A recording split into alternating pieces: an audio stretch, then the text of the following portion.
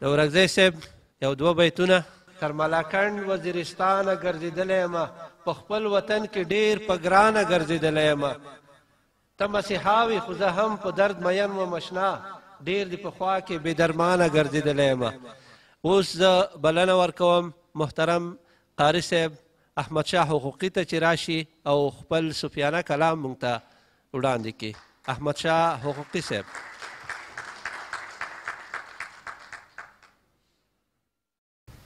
السلام علیکم ورحمة الله وبرکاته د شعر نه مخکې یو څو بیته دي څه به کړم لافې چې ژوندون زما دی یوه سلګۍ خوله کې ساتلی نه شم له مور او پلاره مهربانې پر ما حاکم خو ته یې بل منلی نه شم او زما که دي خو اصلا ټول ستا دي زما که دي خو اصلا ټول ستا دي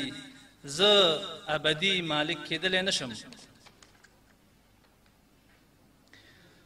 خورا بېدریغه نعمتونه دي شمېرلی نه شي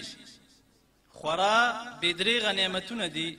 شمېرلی نه شي او شکر واجب دی خو افسوس پر ځای کېدلی نه شي او دغه باران د احسانونو پسرلی راولي دغه باران د احسانونو پسرلی راولي خو د بنده سترګې څاڅکې هېڅ ګڼلی نه شي او که په رښتیا سره د عرش خاوند چا وپېژنده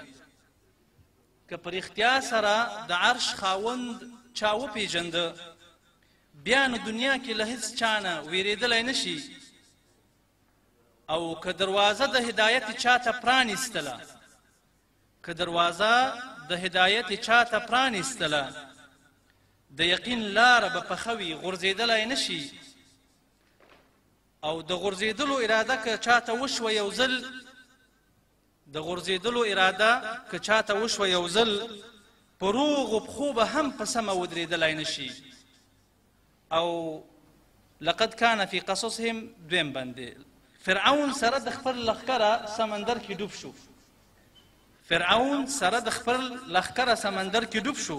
یونس په ګېډه د ماهي کې مړ کېدلی نه شي علیه السلام او د شمې اور ته به یوه ګوته څوک ټینګه نه کي د شمې اور ته به یوه ګوته څوک ټینګه نه کي خو ابراهیم په سرو لمبو کې سوځېدلی نه شي او د تاریخ پیښې له عبرت او حقیقت نه ډکې اشنا نه پرته اسمانونو ته اشنا نه پرته اسمانو ته څوک ختلی نه شي او د سلیمان او ذوالقرنین غوندې شاهان د دنیا د سلیمان او ذوالقرنین غوندې شاهان د دنیا له کفن پرته نور سامان ځان سره وړلی نه شي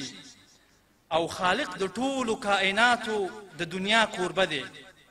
خالق د ټولو کائناتو د دنیا کوربه دی انسان ملمه پکې تلپایه اوسېدلی نه شي او په زړه او ژبه حقوقي رب ته تسلیم دی هر وخت په زړه